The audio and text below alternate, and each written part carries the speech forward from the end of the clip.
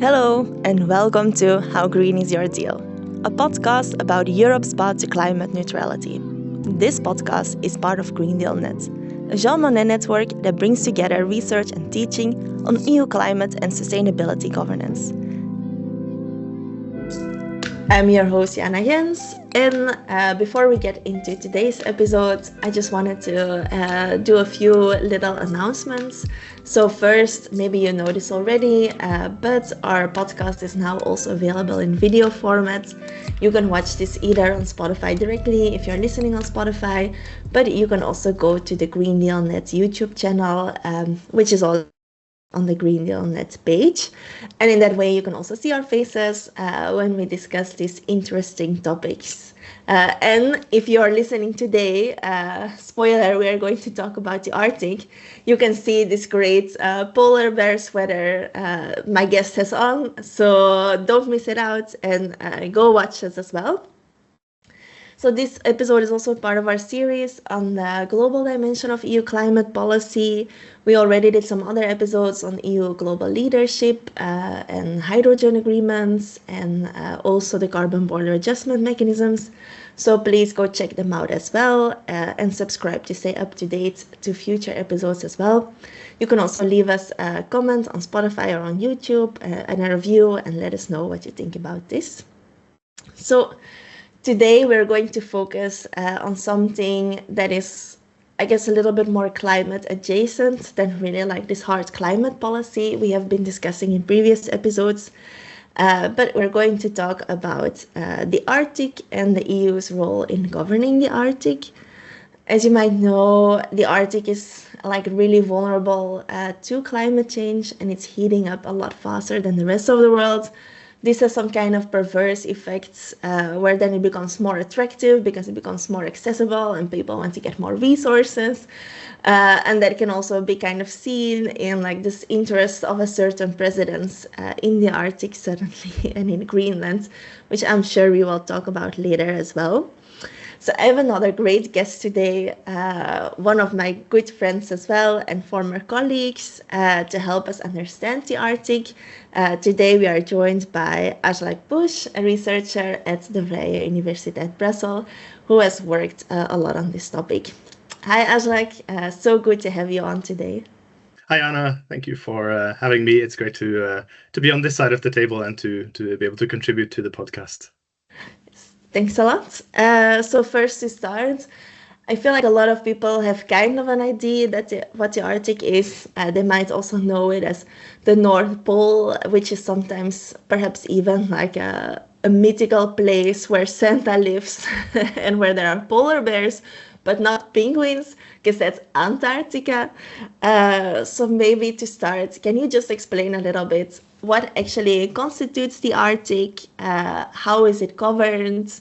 Yeah, just give some information about that. Absolutely. Thanks for that question.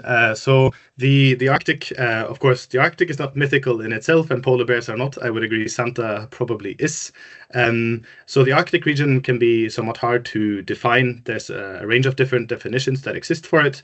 I think let's not get into the full range of definitions today, but let's say the Arctic Circle is the normal sort of definition of the Arctic. The Arctic Circle goes at 66 degrees north and 33 minutes. It's essentially the part of the world where for at least one day each year you have polar night, so that means the sun doesn't rise, and for one day a year you have midnight sun, which means the sun doesn't set. So that's the Arctic. And I'm glad you also mentioned Antarctica, because we often have this situation that the Arctic is conflated with Antarctica as polar regions somehow. I wouldn't say they're polar opposites, but there are quite large differences between the Arctic and Antarctica, and I think that's a good way to start understanding what the Arctic is. So while Antarctica is terra nullius, it's uninhabited. There's no permanent habitation on Antarctica. The Arctic is inhabited, while Antarctica is a continent covered by ice and surrounded by oceans. The Arctic is the opposite. It's actually a central ocean surrounded by sovereign states. And there's another factor. You have sovereign states within the region. In Antarctica, you do not. You have these territorial claims. And I think that's a good starting point to understand what the Arctic is. It speaks a bit to its governance. Important to note is that the Arctic is an inhabited place. It is a place of normal livelihoods. About 4 million people live north of the Arctic Circle. About 10% of those are considered indigenous peoples. In all of the Arctic states, except Iceland, there is an indigenous population. So there's 8 states in the Arctic region. You have Canada, the United States, Russia, Finland, Sweden, Norway, Iceland, and the Kingdom of Denmark by virtue of Greenland, which you already hinted to. In terms of governance, very often when people approach the Arctic, they come at it from this polar region angle and this sort of conflation with Antarctica. So, oh, it's an ungoverned place. I wouldn't disagree entirely in that there are parts that are not governed as strictly as many parts of the world, but it is certainly not entirely ungoverned. So you have 3 levels essentially of governance. You have the national level. I already mentioned there are Arctic parts of 8 sovereign states. So these states I just listed. That means that they have, of course, the possibility to govern fully on land. They also have exclusive economic zones reaching into the Arctic Ocean. And increasingly, there's also discussion about the continental shelves of a couple of those countries, especially Russia, Greenland, and Canada are arguing about, extending their continental shelves and submitting claims to the UN for making that claim recognized there. You have the national level of governance, and then you have a more regional level, which is more, I think, better understood as cooperative bodies that exist within the region. So you have, for example, the Barents Euro-Arctic Council that is somewhat falling apart at the moment. That is a council in the north of Scandinavia with cooperation between the European Commission, the Scandinavian countries, and Russia. Perhaps more importantly, you have the Arctic Council. The Arctic Council has been around for quite some time, but is struggling a little bit with current political climates. Now, neither the Barents Euro-Arctic Council, the Arctic Council, or anything else is a governing body in the sense that it's a council that decides over the region. It provides a forum, and a forum between these Arctic 8 states, but also indigenous peoples. So the Arctic Council is quite unique in also including 6 organizations representing indigenous peoples in the Arctic, as well as 6 working groups working on thematic questions in the Arctic, and a number of observers from other parts of the world, primarily from Europe and Asia at the moment. So you have the national level, the regional level, and then finally also obviously the global level. So the Arctic is ungoverned in the sense that a large part of the Arctic Ocean is high seas. Would I say that the high seas are ungoverned entirely in the rest of the planet? Not necessarily. So we'll probably not say the same in the Arctic either. This means that the Arctic Ocean is governed under regimes like the UN Convention on the Law of the Sea, rules set by the International Maritime Organization, etc. There are treaties governing the North Atlantic that also reach into the Arctic. So it also fits within these global governance regimes. Thanks a lot for this. I think the way you explained it to me, it sounds like then the Arctic is more like a region of the world. Like you also have other regions around like an ocean or where countries go in some kind of partnership because they are geographically close to each other. So then it makes sense for them to cooperate as well. And then this is a bit different from Antarctica, which, as you said, is actually, I guess a region is also a place, but it's more of like a specific place that then is governed in a specific way, while the Arctic is more of like a region where the countries that are located in the region then choose to work together on matters of the Arctic, then I guess. So thanks a lot for kind of clarifying this up as well. So then you've also mentioned now that these countries that are located in the Arctic, that are also looking towards extending their claim in the Arctic, that they might want to have a larger part of it, like of this ocean then. Can you say a little bit why the Arctic is so important, why countries want to be engaged in it, or why they want to have a part of it? I think to discuss why the Arctic matters and sort of why countries are interested, we need to start also from what the main challenges are facing the region at the moment. So the headline issue number 1, despite a lot of new headlines coming up now, is climate change. As you alluded to in the introduction, climate change is happening much faster in the Arctic. It can be seen much clearer. So not only is it felt faster, but measurements comparing the Arctic to other regions of the world show that the Arctic is warming 4 times faster than other parts of the world, and some parts of the Arctic, particularly the Svalbard archipelago in north of the Atlantic at the edge of the Arctic Ocean, is warming 6 times faster than other parts of the world. So essentially, we can see the Arctic in some ways as a microcosm. We can understand what some of the knock-on effects of climate change are. So some of them geophysical. Now, to me, the interesting part is also the geopolitical, what comes after climate change in that sense. But it's not only about the political response, right? This impact of climate change in the region itself has a very noticeable effect. And that has partly to do with the fact that the Arctic region, of course, temperatures hover over and under the 0-degree mark. That is very important for ice and ice conditions. So some of the long-term trends that we see in the Arctic is a reduction of the sea ice coverage. So the sea ice comes and goes every year. It will shrink over summer and then it will grow over winter. This is normal. But what we've seen is that year on year, the tendency is that the coverage both at peak and low points are lower than they have been traditionally. So that's on the sea, but also, of course, on land, the same conditions apply. So permafrost is also thawing as the conditions get warmer. This is a mechanism, both permafrost thaw and sea ice melting. Neither of these stay in the Arctic. They have knock-on effects on the world. So there are feedback loops that are triggered by these. These are the natural science factors. So natural scientists often look to the Arctic as a weather vane. So what happens in the Arctic can tell us something about what will happen in the rest of the world. As I said, I think it's also a microcosm politically to understand what comes after these changes. And one of the things that has been a hot topic for years, and is still very much on the radar, is the potential for new hydrocarbon resources, so oil and gas in the Arctic. Now, it's not entirely new. Norway and Russia have been exploiting fossil fuels in the Arctic for some time. Norway primarily gas, also Russia on the Yamal Peninsula have been extracting and exporting gas from the Arctic. But now the attention is also turning towards other minerals that may or may not exist. There are presumed minerals both on the seabed, where Norway is particularly interested in seeing if they have commercial value, but also under the Greenland ice, for example. So when the Greenland ice sheet melts, it can reveal certain resources, both energy resources and other minerals. There's also the idea of the changing Arctic turning into a shipping shortcut. So essentially, if you draw a straight line from Europe to Asia, you will not draw it through the Suez Canal. The easiest way of drawing it is straight through the polar region and through the Arctic Ocean. Now, that's not possible yet. There's still ice around the pole point around the year. But you can ship along the north coast of Russia, along the Northern Sea route, and that indeed saves you some distance. It's questionable whether it will save you money, because you will also lose some of the intermediate ports on the way, and you still rely on icebreaker support for large parts of the year.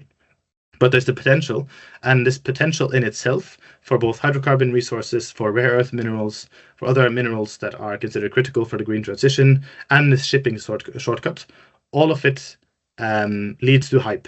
And this hype in itself, I think, leads to a global interest in the Arctic and might indeed result in higher tensions. So when we see that happening in the Arctic, we can ask ourselves, okay, if the Arctic is a weather vane in natural science terms, is that the case also in political science, that as more actors are interested in these economic opportunities and more actors also put their political weight behind it? Is that something we can expect to see also in other parts of the world when changes are happening on the ground? Thanks a lot also for making the connection between the natural and the geopolitical and what we then can perhaps learn from each other. I think it's so interesting with the Arctic that it's both so vulnerable to climate change, but then also because of its vulnerability and the impacts that it's feeling, it's then also contributing to climate change as well. So it's stuck in this really negative loop that hopefully then when we look at geopolitics, the same won't happen, but there can be like a way of cooperation. I don't know, I'm always an idealist in these terms, but we will talk about that, I guess, later as well. So you already mentioned that some of the European member states are a member of this Arctic Council that then governs this and I guess also deals with these challenges in terms of resource access and trade routes, etc., and that there's also observer status. Can you say a little bit more about how the EU as the institution, the EU, so not just its member states, but the EU as the EU, which role it plays in the Arctic and if it is heavily involved or not? Absolutely, and the EU's role is a very interesting case, in fact, in the Arctic. So I think we still need to ground the discussion a bit in the member states to understand why the EU's case is so specific and so different from many other actors. Now, for one, the EU is not a state, but the EU is applying as an observer to the Arctic Council, sort of similarly to the way a state would. So that is sort of the baseline that we start from. The EU is behaving somewhat like a state, but the EU is in a different situation because it is kind of in the Arctic, but kind of not. And historically, it has approached it as an outsider. And the reason for this is that the Arctic states of the EU, so Sweden, Finland, Denmark, all have quite different conditions for their Arcticness, if you will. Sweden and Finland are certainly Arctic states. They both have territory north of the Arctic Circle, but neither of them has a coastline on the Arctic Ocean. Both are Baltic states in the maritime perspective. So they're both wrapped around by Norway and Russia. So neither of them has so much of a say on Arctic Ocean governance. Of course, Denmark, or the Kingdom of Denmark, does have a say in that by virtue of representing Greenland internationally, especially in economic and in foreign affairs politics. But Greenland is in a particular situation where it joined the EU when Denmark joined, but only a few years later, in 1985, Greenland actually left the European Union. So they had a referendum and left. That means that the EU doesn't really have a say there either through Greenland. So that's part of the reason why the EU has approached the Arctic, or the Arctic Council certainly, as a bit of an outsider here. Now, in efforts to try to get a regional involvement, you've seen some efforts to cement that and try to argue for why the EU matters. Now, there was a bit of a faux pas that happened quite famously. It was around 2007, 2008. The European Parliament asked the Commission to lead the work towards an Arctic treaty. And now you'll remember what I said earlier in this episode about the conflation between Antarctica and the Arctic. This is exactly what happened here, because Antarctica is, of course, governed by the Antarctic Treaty System, and that functions really quite well, but that is because it is a terra nullius. The Arctic is not. So then imposing an Arctic treaty on 8 sovereign states that already feel like they are governing their backyard, essentially, quite cooperatively, quite well, became quite controversial and quite ill-received by the Arctic states. So this was sort of the backdrop. This was a European Parliament statement. It wasn't necessarily adopted or taken any further by the European Commission. But the European Commission, on behalf of the Union, applied for Arctic Council membership a year after, in 2008. At that time, the application was rejected, along with all the other applications, because the Arctic Council was receiving a lot of interest due to this episode where a Russian submarine planted a Russian flag on the Arctic seabed in 2007. So a lot of states were scrambling to the Arctic and trying to get a bit of a say there. The Arctic Council was not prepared. It said, okay, look, hold on with these applications. We need to think about our criteria for inclusion. Resubmit later. And the European Union did resubmit later, except now a new piece of legislation had entered into force, which banned the placement of seal products on the European common market.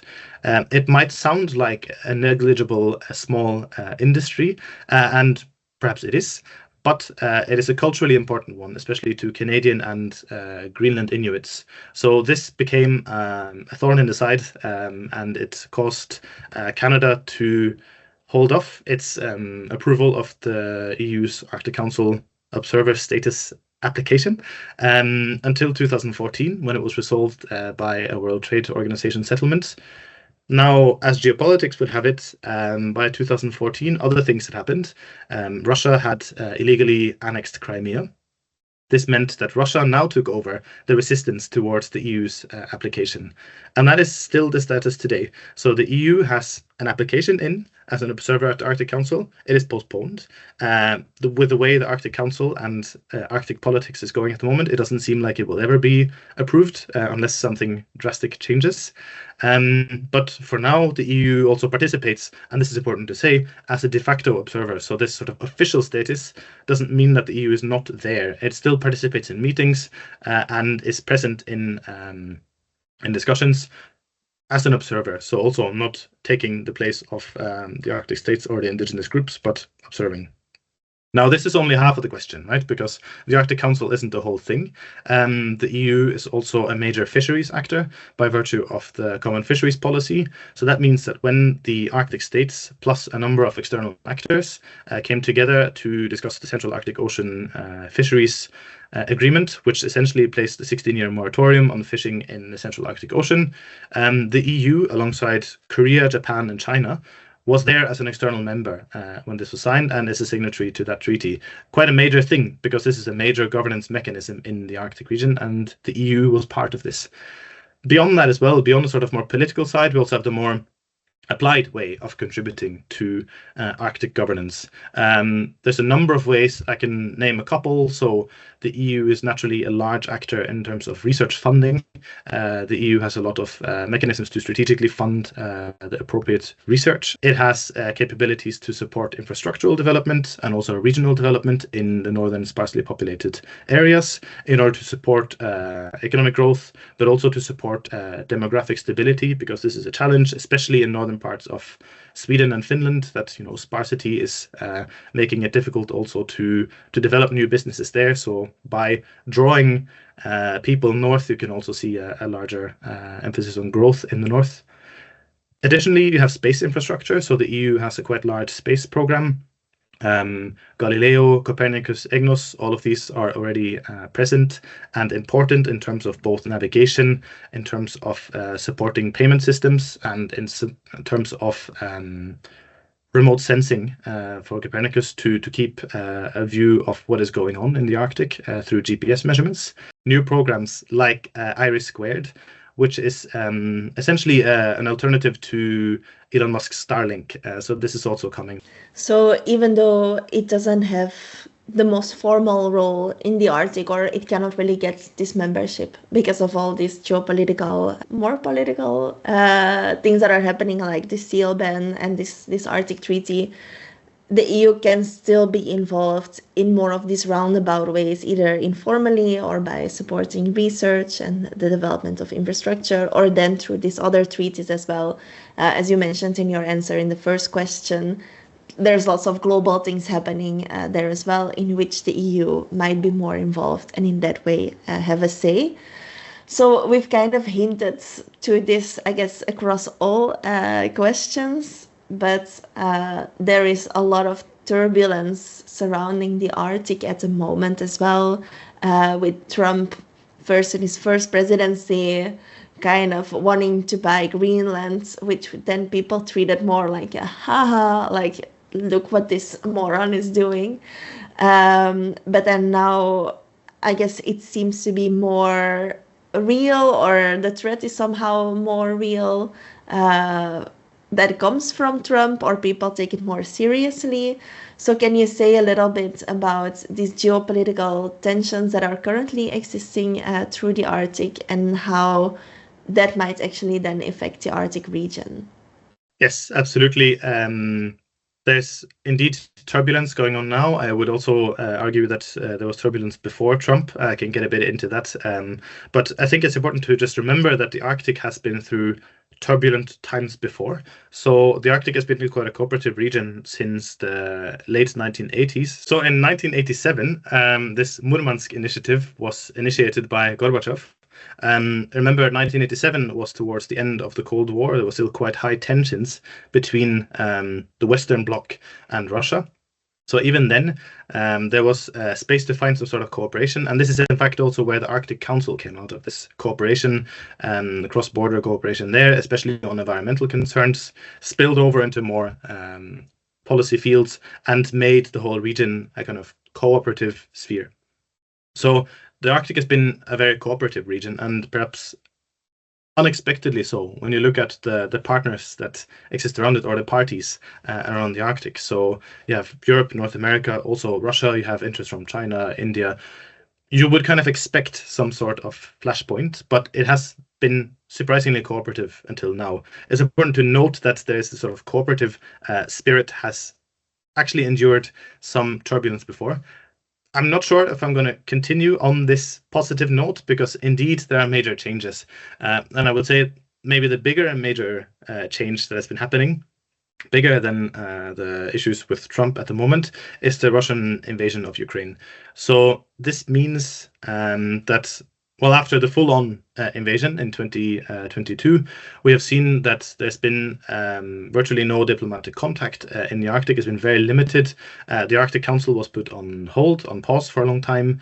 When the invasion started, Russia had the chairmanship of the Arctic Council, and through clever diplomacy was able to hand it over to Norway. And some things are gradually resuming some sort of on-the-ground cooperation retroactively. Nonetheless, what this has meant has been that this formerly cooperative region has become very much frozen in challenging diplomatic relations with Russia. So this happened before any of this stuff with Trump buying Greenland. Not entirely, because of course Trump also had the statement in 2019, and I think you're right, you're spot on in the response to it. So each year I show this clip of Trump in 2019 speaking about buying Greenland to my students in my geopolitics course, and normally I use it as an example to show, look, haha, this is how different media moments can highlight new geopolitical tensions, even though there's not so much series behind them. Just by mentioning them, you bring them to the top of the agenda. Now, I'm not sure if I will keep showing that clip to my students, because no one is laughing anymore, I think.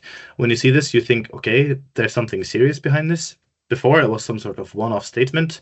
Okay, more or less settled. A state visit to Denmark was cancelled. That was it. But now it seems like the insistence is a bit stronger. And why would he do this? Why is he interested in the Arctic? Well, I think the statements, to me, they've been explained from a couple of angles. So some argue that it has to do with the fact that the Arctic is the shortest route from Russia to the US. So basically, if you want to send a missile from Russia to the US, it will go across the Arctic. Having a military foothold in Greenland will help you intercept, or will help you be present. And secondly, the Arctic is militarily important because it is Russia's sort of deep water port flank. Russia's Northern Fleet, so that is Russia's nuclear deterrent, is based in the Arctic Ocean. That means that, of course, the Arctic Ocean has undeniable geopolitical relevance. However, I'm not convinced that this is the main reason for Trump's statements on Greenland, because naturally the US already has a military base. We saw J.D. Vance visiting it recently. The US has a military foothold in Greenland. And if the US wanted to place more military equipment on Greenland before these statements were made, I doubt anyone would question it too much. But now, after these statements have been made, things look different.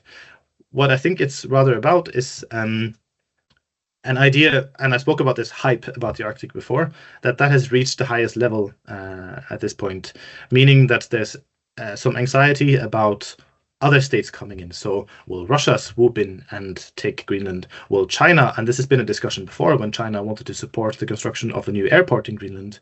Eventually, Copenhagen paid for this, Denmark paid for this to avoid putting critical infrastructure into foreign hands.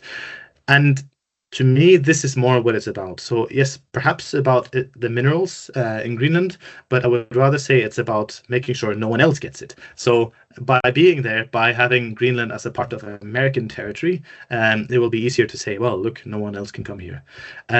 So all these seem to be theories that exist about why he's interested in Greenland and what is coming now in terms of turbulence. Greenland and the Arctic in general are experiencing quite a lot of international tension. Now, what is important, I think, is that this is not necessarily met with more of this Antarctic idea that we need to govern it from some sort of international regime, a new treaty. That will not provide the answer. The answer will be to also listen and to take seriously the voice of people in Greenland to decide their future. Greenland will not remain part of Denmark indefinitely, most likely. There's been a gradual move towards independence for quite some time. But it's up to them to decide. It's up to the people of Greenland. Now, there's not very many people in Greenland, so they will need support also in saying, look, we can guarantee your ability to decide your own future. It's a country the size of Saudi Arabia with only 56,000 people living there. It's minor in terms of population, but it's major in terms of area. And in the Arctic broadly, I think the same thing is true, that ideally, if we can somehow find a way back to this cooperative sphere that existed before, it would benefit both ecological ambition and also de-escalation and less militarization of the region. That doesn't mean that we can't be prepared, but when building the sort of preparedness to the Arctic, we need to ensure that this also has some sort of environmental ambition.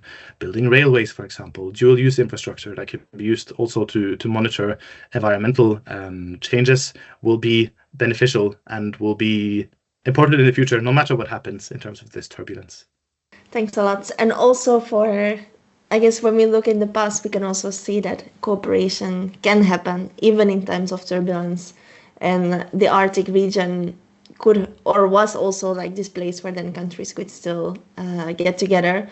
I think to me, when you were talking about the US, it reminded me of the episode I recorded previously on hydrogen partnerships, where sometimes countries like approach these spaces like the Arctic and kind of think that they are empty or like they can do with it as they want. But as you rightly mentioned, there are people living there, and the citizens of Greenland, of course, have their own opinion about things and their own agency, and they should be able to decide for themselves as well and not become this kind of toy in the paws of everyone else.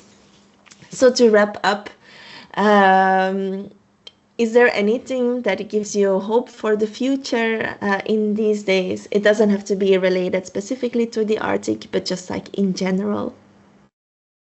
Yeah, we can't lose hope entirely. So there's obviously worrying tendencies. There's worrying things happening on the radar.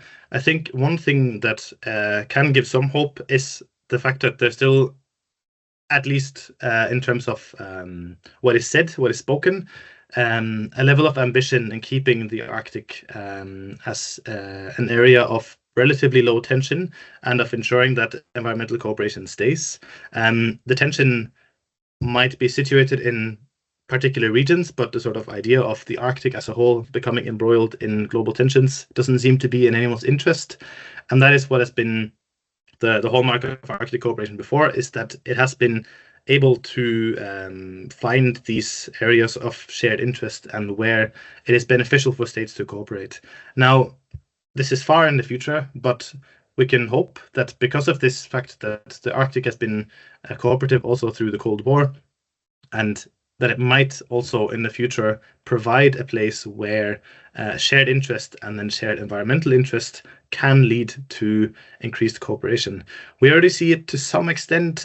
So this Central Arctic Ocean Fisheries Management Treaty, this is still in force. The parties still meet. They even met after shortly after Russia's invasion of Ukraine. So this still exists. These cooperative mechanisms do exist.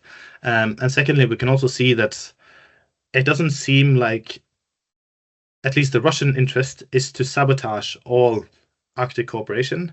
Now, just after this pause of the Arctic Council, where the Arctic 7 said, look, we don't want to continue working with Russia on any projects involving them, what could have happened is that Russia could have signed up for every single project in the Arctic Council and said, look, we're part of all of them now. So now you will have to pause progress on all of them.